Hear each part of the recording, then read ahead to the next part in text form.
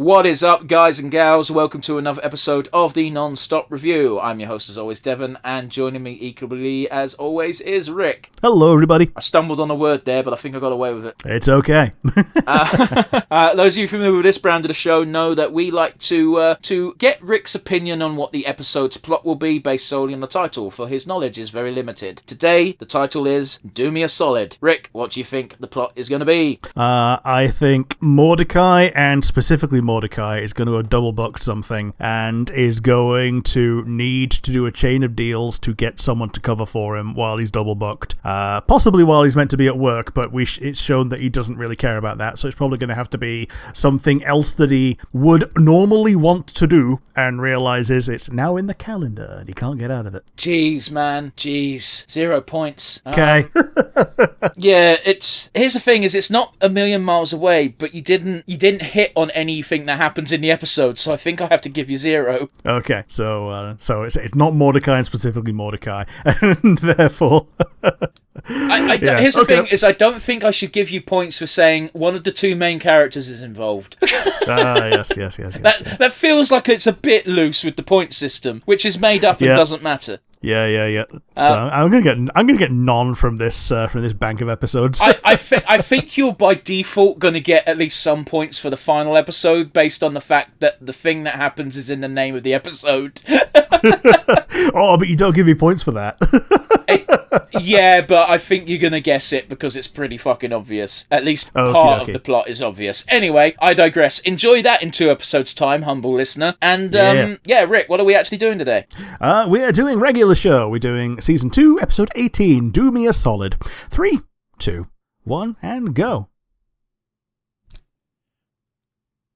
Good old fart noise. Your friend has ruined that for me.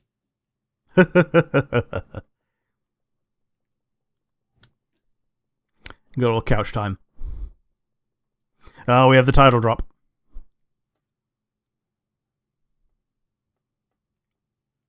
Yeah, solids isn't really a thing. I don't know if that's not really a thing here, or it's just not. Hey, really shake weight.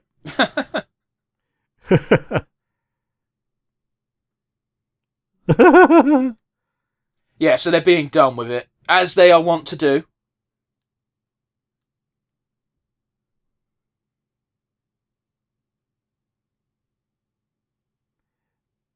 I think Skips warns them about this.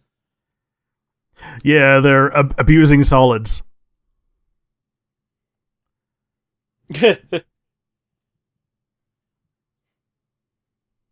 Dickhead!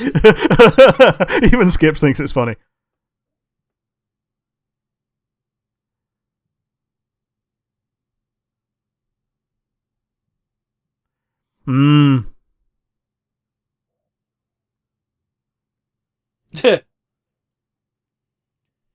So whenever I want to ask someone, it's like, do me a favour, you know? Yeah. But it's not a binding contract. It's like, yeah, I'll help a brother out. Yeah. Oh, I believe this is the first episode Eileen officially debuts. Like, actually gets talking lines. Like, she's been in the background in the past and, had the... I don't know why she's both human and a beaver. Well, I'll put it this way, Rick. I actually didn't realise... I very rarely noticed a beaver tail.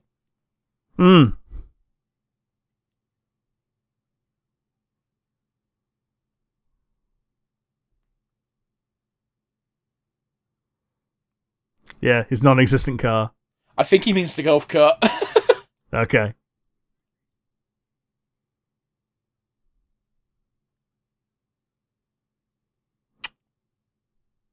Oh, I feel really bad for Eileen in these early episodes.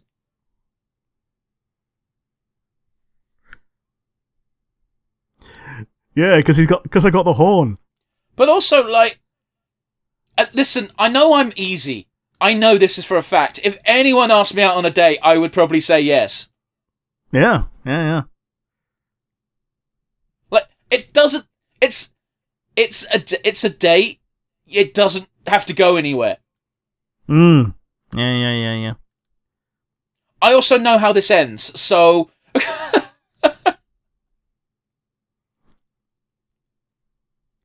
Yeah, I'm vaguely aware that he doesn't end up with Margaret in the end. I was talking about Rigby. Okay.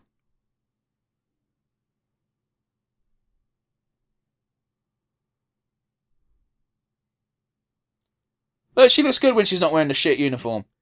She does, yeah. It's one of those weird I don't know why things. Oh, go on, sorry. I don't know why she took her shoes off. Because she's weird. Yeah.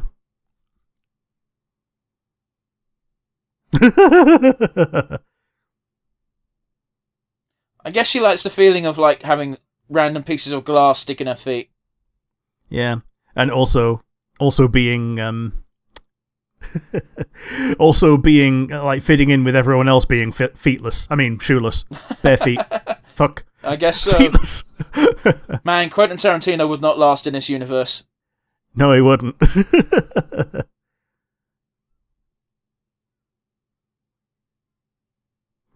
Aw.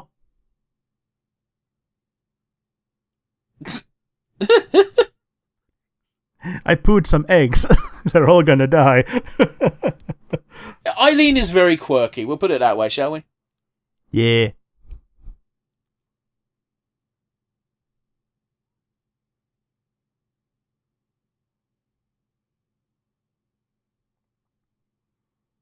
So Rigby got 10 solids for doing this one.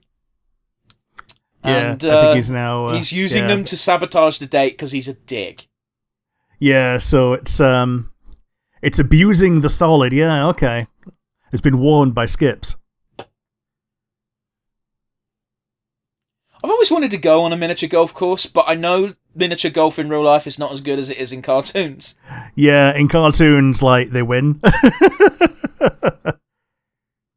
I'd fucking go livid if someone threw fucking seasoning on me. Yeah.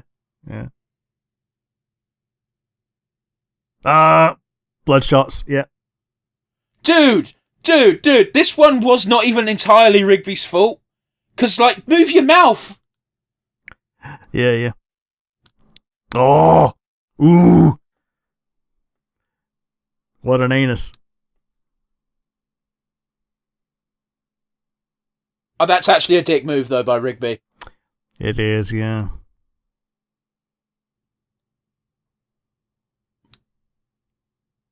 That should at least be 2 fucking solids, right?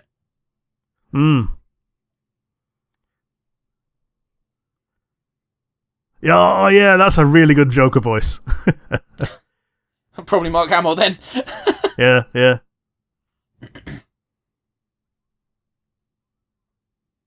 Oh.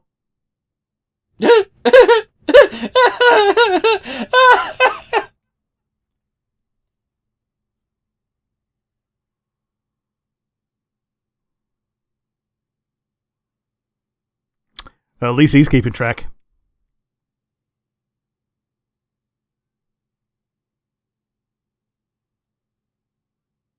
Oh, my days. Okay, so there's a comedian called Shane Gillis, and he's fucking hilarious.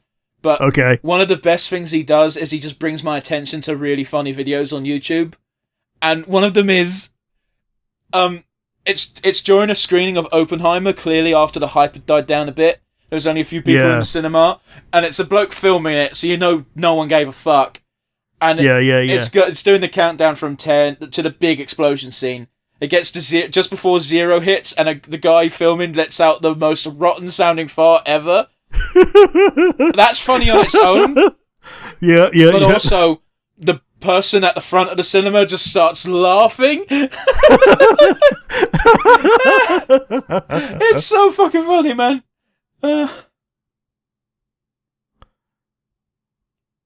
Did you just give... Margaret's gone very pink. Did you just give them butter? Yeah, apparently. Yeah, put this on your cube so it's nice it's to ice cream taste. bars. I also thought it was butter. My statement still stands. It works with ice cream as much as it does butter. Yeah.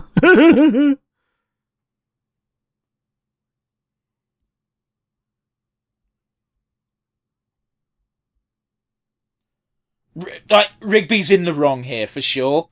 But definitely. But at the same time, Mordecai shouldn't have made his friend do something he didn't want to do. And I get that's true. The point, but Rigby is being more than a little bit dickish. Mm-hmm. Or break up with Margaret. I think it's fart or something stupid.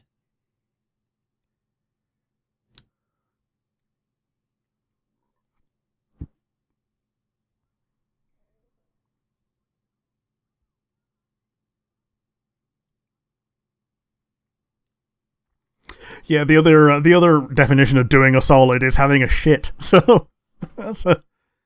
I didn't realise that was a meaning. Yeah.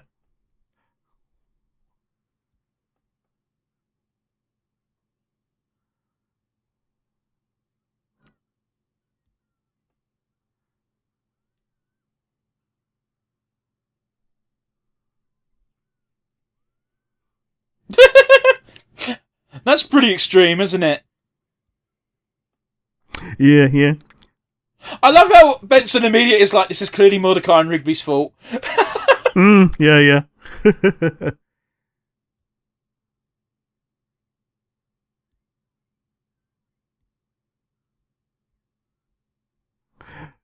Oh no, that's a double negative.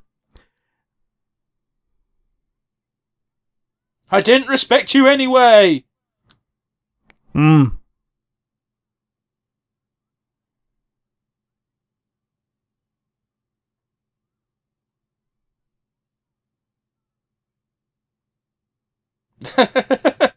Aww.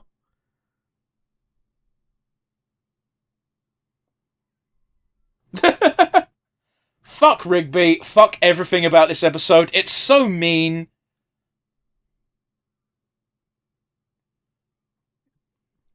Look how disgusted she is. It's great.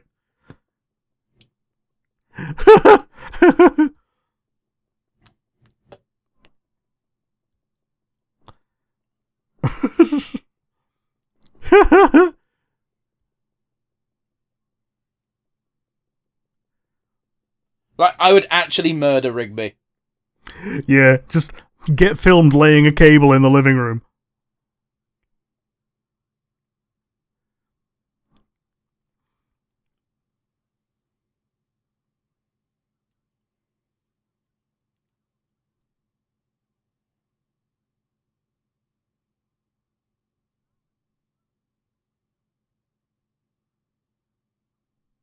I could have sworn it said 420. Oh, it does. It does, yeah. Honestly, I think the version we're watching might be edited because his arm clipped through the clock as he reached for the videotape. And now it's 9:25 p.m. Yeah, I think someone was having a bit of fun when they shared this video with us. Yeah, they made it a 420 gag. Which, to be fair, there's plenty of them already in Mordecai and Rigby. They're just not quite as apparent. Yeah. Like the fact that the vanity card is just them sat there giggling, that's a pretty stonery thing to do. And Muscle Man with his like perpetually red eyes. I think I've told you before that like chicken wings in this are basically treated like alcohol. Yeah. But we'll get to that when we get to that. Rick, what did you think of this, quite frankly, really mean-spirited episode? It wasn't one of the better ones, but at least Eileen got a look in. Skips did tell them exactly what was going to happen, and it happened exactly the way that it was told. Yeah, and trust Rigby to be the one who pushes it too far. Yeah, like what do we say? This series is Rigby is a twat. On today's episode of Rigby is a twat, which makes it all the more special when Mordecai's the dickhead. Yes. But yeah, how about you? What do you think? Yeah, pretty standard fare as far as Mordecai and Rigby adventures go, in that it starts really mundane and then it gets to like biblical proportions of terror. But this episode is hard to watch because it's just mean all the way around. Mordecai shouldn't have made Rigby go on the date. Rigby shouldn't have spent the entire date ruining and sabotaging the date. And at the end of the day, it wasn't even a date for Mordecai. Yeah. Like, very explicitly. Yeah, and this is a double blind for it as well, in that it was Eileen got Margaret to go on the date so that Eileen could go on the date. Yeah, exactly. And I know things get better as far as Eileen is concerned in the future, but again, even in this episode, Eileen doesn't get a good hand. She never really changes. No. Like, she's always got that weird, quirky energy to her, but she's not mean, she's not nasty, she doesn't look like Starla.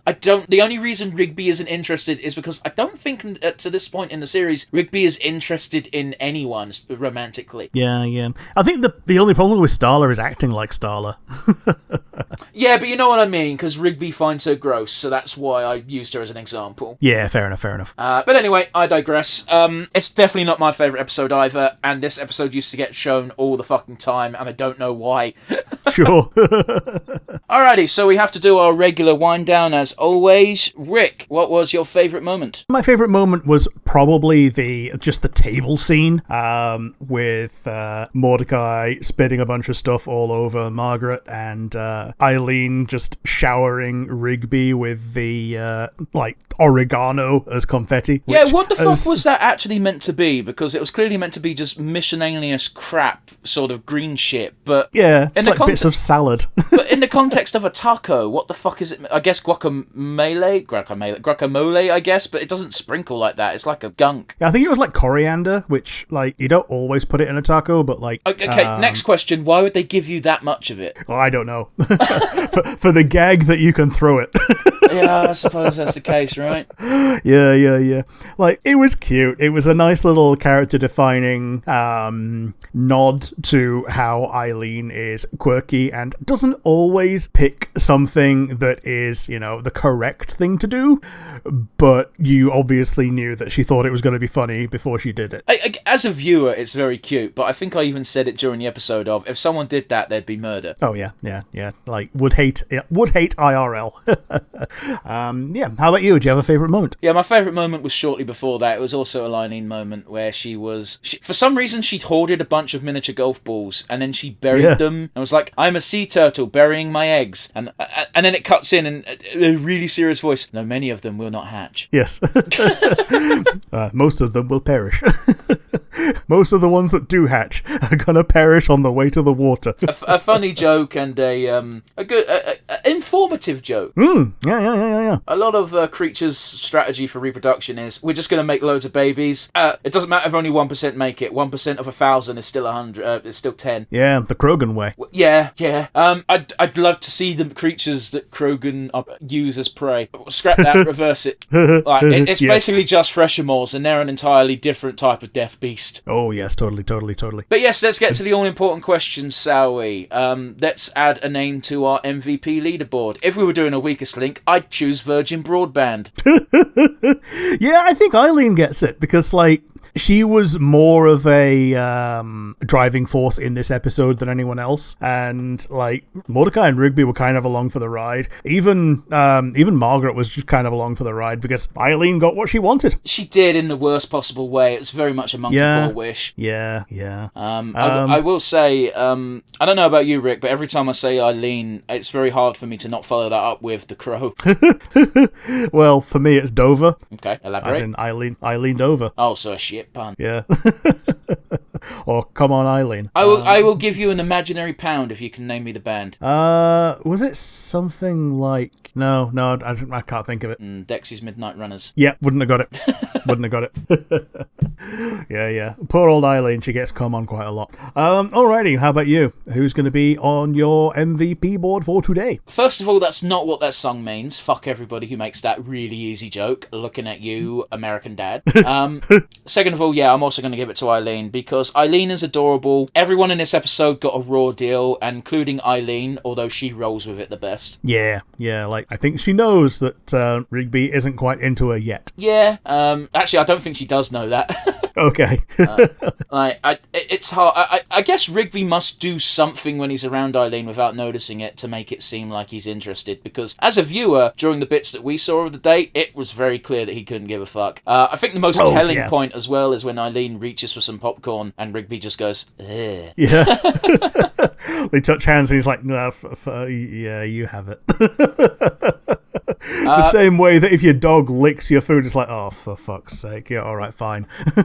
Oh, yeah, but you don't give the dog the food, otherwise it will lick the food. Yeah, and it'll learn. Mine. Yeah, you train the dog. You train the dog to lick all the food so it gets it all. So yeah, you give it to the other dog. But yes, that brings this episode to a close. Eileen's first stint on the leaderboard, and it's a double whammy, because of course it is. That brings Do Me a Solid to a nice wrap. It is in the books. Join us again next week for another episode of the Show of Regulars. Bye, everybody.